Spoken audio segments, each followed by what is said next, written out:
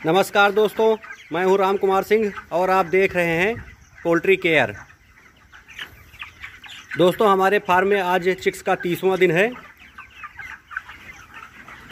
अभी 2 दिन पहले तक तो बारिश हो रही थी, तो फिर ज़्यादा गर्मी नहीं पड़ रही थी, लेकिन कल से थोड़ा धूप होने लगी है, तो अब टेम्परेचर कुछ बढ़ जाता है।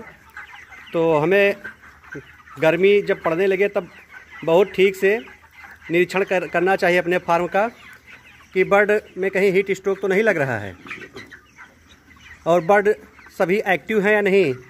क्योंकि जब बर्ड में हीट स्ट्रोक लगता है तब शुरुआत में तो हमें 1-2 बर्ड लूज दिखाई पड़ेंगे, जो कि बैठे ही रहते हैं, बैठे बैठे ही वो लूज हो जाते हैं और फिर मर जाते हैं।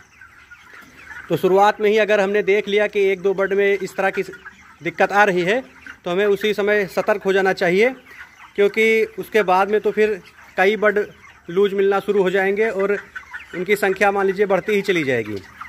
तो हमें इसीलिए हर लगभग आधे घंटे पर अपने फार्म में घुसकर सभी बर्ड को ठीक से डिस्टर्ब करना चाहिए, ताकि वह उठ जाएं। और जब वो उठ जाते हैं तो फिर उठकर पानी भी पीते हैं।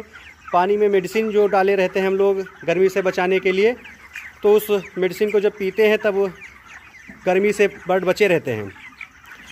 और देखिए दोस्तों, इस समय बर्ड जो बैठे हुए हैं ये सभी मुंह खोलकर तेज़ तेज़ सांस ले रहे हैं। तो अभी तो सुबह के लगभग 9:45 बजे हैं और इसके बाद में 12 बजे, 1 बजे, 2 बजे तो गर्मी और बढ़ जाएगी। तो हमें 10 बजे से पहले ही सतर्क हो जाना चाहिए और फिर पूरा दिन फार्म में टहलते रहना चाहिए आधा घंटे के बाद में। दोस्तों, कभी कभी फार्मर लोग ये भूल कर देते हैं कि उनको लगता है गर्मी तो 4-5 बजे के बाद बंद हो गई है, तो अपने फार्म में लगभग 4 बजे तक या 5 बजे तक ही ध्यान देते हैं, उसके बाद में वो निश्चिंत हो जाते हैं।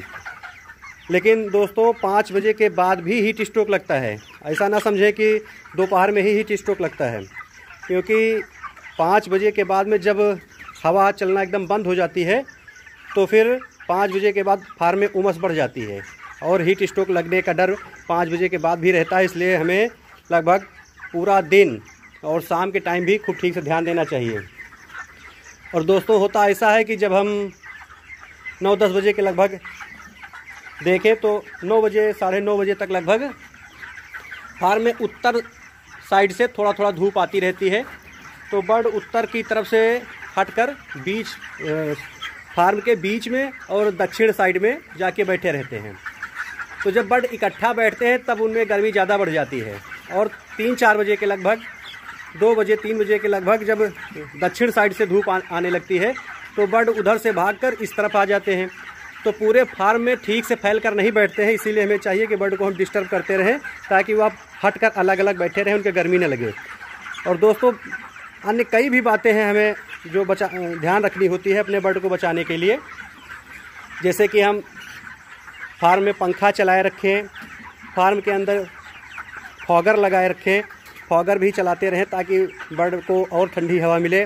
और फार्म के ऊपर, सेट के ऊपर स्प्रिंकलर चलाते रहें थोड़ी थोड़ी देर पर। और फार्म के ऊपर ही हमें चाहिए कि हम जाड़े के मौसम में ही पुआल बिछा कर रखें। तो जब पुआल बिछा रहता है तब इधर गर्मी के मौसम में धूप की वजह से ज़्यादा गर्मी फार्म में नहीं बढ़ पाती है, क्योंकि पुआल धूप को रोकती है और पुआल पर स्प्रिंकलर से जब पानी गिरता है तो जो शेड है उसकी छत ठंडी रहती है। तो हमें बहुत सी बातें हैं जो ध्यान रखनी होती है।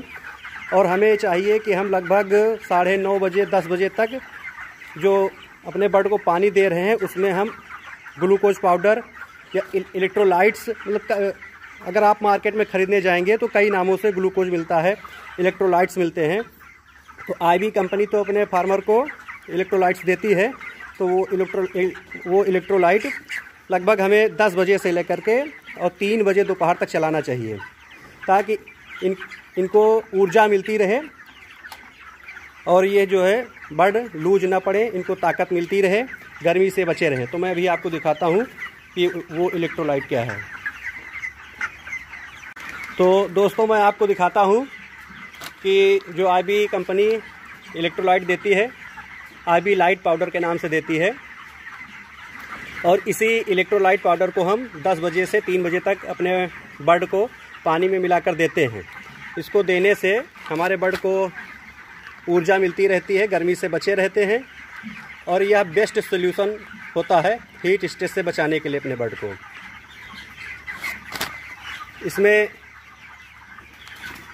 Sodium, potassium, vitamin C, dextrose and organic nutritives सब मिले रहते हैं। इसी से हम अपने बर्ड को गर्मी से बचाते हैं।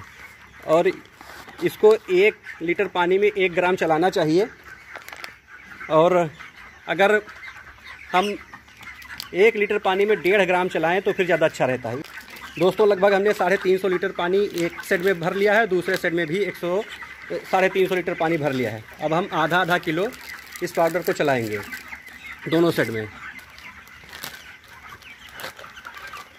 और इसको हम एक छोटी सी बाल्टी में लगभग 1 लीटर पानी लेकर उसी में घोल लेते हैं।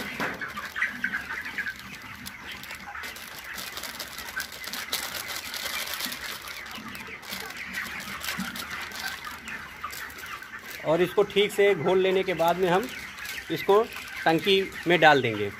दोस्तों हम जो है इस मेडिसिन को ड्रिंकर डोज के रूप में भी दे सकते हैं। जैसे जो ड्रिंकर हैं इन्हीं ड्रिंकर में थोड़ा थोड़ा डाल दें पानी में घोलकर।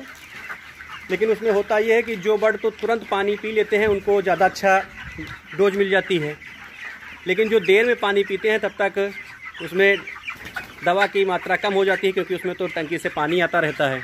इसलिए हम लगभग 3 बजे तक का पानी अपने टंकी में भरते हैं और उसी में डाल देते हैं, तो 3 बजे तक इनको बराबर डोज मिलती रहती है। और 2 सेट है, दोनों सेट में हम आधा किलो ये IB लाइट पाउडर यूज करेंगे। और हम इस तरह से अपने बर्ड को हीट स्ट्रेस से, हीट स्ट्रोक से बचाए रखेंगे।